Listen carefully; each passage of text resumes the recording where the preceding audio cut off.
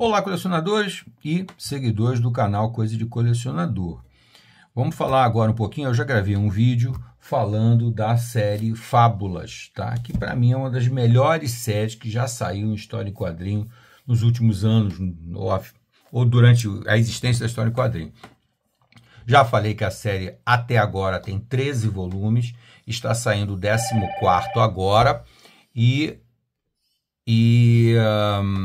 mas provavelmente vai ter 15 volumes, vai se findar no 15º volume, tá? E no primeiro papo eu fiz uma apresentação bem extensa, falando bastante sobre como é que eu cheguei ao universo de Fábulas e mostrando aqui o volume 1, tá? Livro 1, edição de luxo e tal. Agora, hoje, nós vamos mostrar aqui a vocês o livro 2 e fazer alguns comentários dando continuidade à série. Para fazer apenas uma contextualização, essa série já vem sendo publicada pela Panini Comics aqui no Brasil já tem alguns anos, eu acho que foi a partir de 2009 que começou a ser republicada a série em capa dura, uma coleção bem agradável de ler, porque não é omnibus, eu pessoalmente detesto omnibus, e essa não, é bem agradável, bem legal, ela deve ter 200 páginas, deixa eu ver se eu consigo ver algum.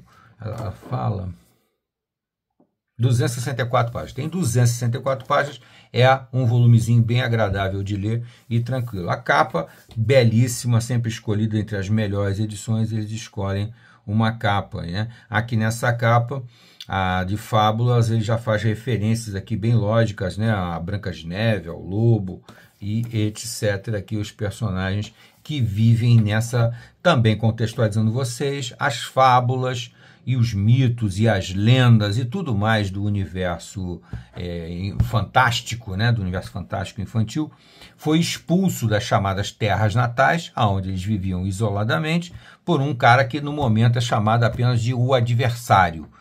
Ninguém sabe exatamente quem ele é, mas ele expulsou as fábulas de lá e elas vieram a se esconder em Nova York, criando a Cidade das Fábulas, tá? Então, logicamente, ele está fazendo aí uma associação, né, com Nova York, que é uma cidade muito miscigenada, né? Então, as fábulas vivem lá, basicamente, num prédio, né, que eles vivem escondidos através de magia e coisas do tipo, e lá moram, né, nessa Cidade das Fábulas, dentro de Nova York, moram as fábulas que têm uma aparência humana. As fábulas que não têm uma aparência humana, elas são levadas para um local chamado de A Fazenda, que é no interior do estado de Nova York. Então, é lá para o norte do estado e tal. Então, lá vivem os animais, né? Eles falam, eles pensam, eles interagem, aquela coisa toda que a gente sabe que a maior parte das fábulas são baseadas em animais, né? Muito bem. Então, nesse segundo volume, nós temos aqui basicamente uma continuação do primeiro. No primeiro, nós tivemos 2 arcos de história. O primeiro, que foi chamado de, já esqueci, Lendas no Exílio, e o segundo, A Revolução dos Bichos. Maravilhosos, todos os 2 arcos de história do volume 1. No volume 2, eu percebo claramente que o Bill Willingham, que é o autor aqui, o grande mentor dessa história maravilhosa, ele vai se preparando para construir um novo arco grande. Lá foram 2 arcos, cada um com 5 volumes. Aqui ele já se prepara, mas enquanto ele não entra na história propriamente dita, ele vai contando pequenas histórias isoladas, contextualizando outros personagens que não os personagens que já se configuram como principais, que é o caso da Branca de Neve, o caso do Lobo Mau, o caso do Príncipe Encantado, o caso do quem mais? Do Barba Azul, do menino azul, garoto azul, tal. Aqui eu tenho que citar ainda que a arte é basicamente do Mark Buckingham, do Lan Medina, aqui ele entra em segundo lugar, no primeiro volume ele estava em primeiro, e do Craig Hamilton, mas também tem arte do Bran Talbot, da Linda Medley, do Steve Leialoha,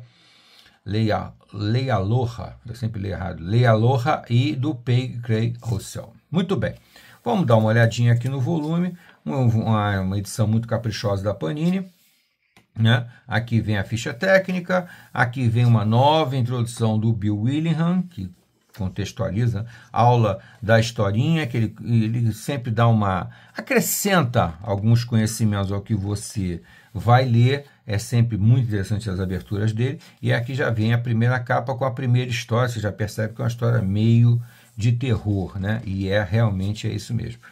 É uma história muito legal e é uma história que se passa, é aquela coisa, né? De ele estar narrando uma história principal nos 2 últimos arcos de história do volume 1, e aqui ele entra numa história que ele volta no tempo para contar um pouco mais sobre um personagem. Saco de Ossos é uma história anterior do João das Fábulas, ou João das Lorotas, ou João do Pé de Feijão, como você preferir chamar, né? É um personagem com muita bagagem que, depois dessas historietas pequenas que ele vai contando em um volume ou outro de fábulas, ele vai fazer vai criar arcos de história para o João. O João das Fábulas acaba sendo um apêndice, né? Um spin-off. Ele vai se tornar um personagem bastante importante, tendo até inclusive uma série própria, que já saiu aqui no Brasil pela Panini, em 3 volumes de mais de 300 páginas, tá? Aqui ele já apresenta uma personagem que ele ainda não tinha apresentado, que é a Aurora, que na verdade aqui ele chama inicialmente de Aurora, depois ele passa a chamar de Rosa. Isso é uma coisa que eu não entendi. Aqui no volume 2 ele chama ela pelo nome que eu conheço, que é Aurora, a Bela Adormecida. Mas no 3º volume ele vai chamar ela de Rosa. Isso aí eu não entendi muito bem se ele teve uma intenção ou qual foi o problema dele, ou se ele simplesmente esqueceu. Ele já tinha chamado ela pelo nome original dela. Então aqui, já estamos aqui na segunda história, né? Já a primeira história foi uma história basicamente foi uma história do João das Fábulas, e aqui é uma história que voltamos ao policial típico, né? Que é muito bem feito, muito bem narrado, o romance policial, em que o detetive aqui, que é o Lobo, tenta desvendar um mistério. Ele tenta resolver uma situação constrangedora que se formou para os mistérios da Cidade das Fábulas, né? Que é a Cidade das Fábulas, ela luta permanentemente para que os humanos, que eles chamam de mundanos, os mundanos não descubram que eles vivem ali, né? Então eles têm que manter esse segredo. Então, para manter esse segredo, eles partem para umas investidas, às vezes meio alucinadas, e é chamado de trabalho sujo, esse pequeno arco de história aqui, que são dois volumes, né? Uma história com a participação do Barba Azul, do Menino Azul, do Príncipe Encantado, logicamente do Lobo Mau, do Papa Mosca e outros personagens que vão se revelando aos poucos, porque o Bill Willingham não tem interesse em contar toda a história, descrever cada personagem minuciosamente, não. Ele vai explicar os personagens ao longo do tempo, tá? Aqui já numa outra história, ele vai entrar numa outra narrativa paralela, que não é ainda aquele eixo principal da história, né? Ele volta aqui, mas aqui ele volta em termos de uma narrativa paralela, contando uma investigação que é feita por uns agentes especiais do detetive, do chefe de polícia, né? Que é o policial, que é o Lobo. Tá?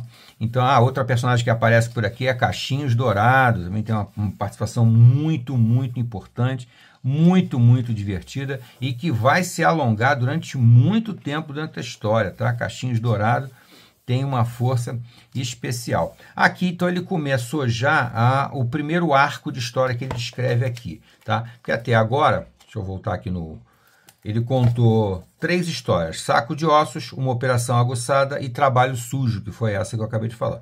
Então ele entra aqui num arco de história nesse volume 2, que é o Livro do Amor, que vem em 4 partes, tá? Que é muito bom, muito legal mesmo. E depois ele ainda vai contar mais algumas histórias paralelas, que é o caso da Noiva de Cevada, O Último Castelo, Um Lobo entre Cordeiros, tá? Então, aqui no Livro do Amor aí sim, o eixo principal da história que continua, tá? Contando um pouco mais da história principal, que é a história do Lobo Mau com a Branca de Neve, o Barba Azul, o Príncipe Encantado e um monte de peripécias que acontecem aqui durante a história é muito legal mesmo, tá? E com aquele clima muito típico de fábulas, mas com um paralelo com os humanos extraordinário. A história, ela fala de fábulas, mas ela está citando seres humanos, tá? O lado místico, religioso, ou como você preferir chamar, ele anda paralelo aqui, tá? E é uma intriga enorme e uma série de reviravoltas, tem muita aventura, tem muita ação, tem tudo, tem romance, humor de sobra, ele faz muito humor aqui e a história realmente cativa você demais, tá? Então aqui vai então o arco de história o livro do amor, aqui já é a parte 4, tá? Com muita coisa mesmo, é o que eu falo, não é literatura para crianças, tem um pouco de violência, tem um pouco de sexo, tem referências, né? Inclusive também a isso e tal, mas é muito interessante, muito cativante. Eu tenho certeza que se você gosta de fábulas, gosta de mitos, gosta de literatura de uma forma geral, você vai adorar a série Fábulas, tá? Eu quis apresentar aqui para vocês, aqui As Noivas de Cevada, ele já entrou aqui numa outra historinha paralela, tá? Que logicamente as historinhas paralelas vão te contextualizando em cima do que vai acontecer no universo de fábulas, que é muito extenso, né, gente? São mais de 150 revistas no total, né? Então é muita coisa e sempre capas muito bonitas, sempre as capas que ela tem o cuidado de colecionar. Aqui já é a arte do Craig Russell, que é o último a fazer a história aqui, contando uma história do Garoto Azul, uma história que já também uma história no passado do eixo principal da história, tá? Então fica aqui para vocês uma amostra aqui do volume 2, tá? E conforme eu for evoluindo na releitura, eu vou trazendo aqui comentários sobre outro volume de fábulas. Tá bom, gente? Até a próxima.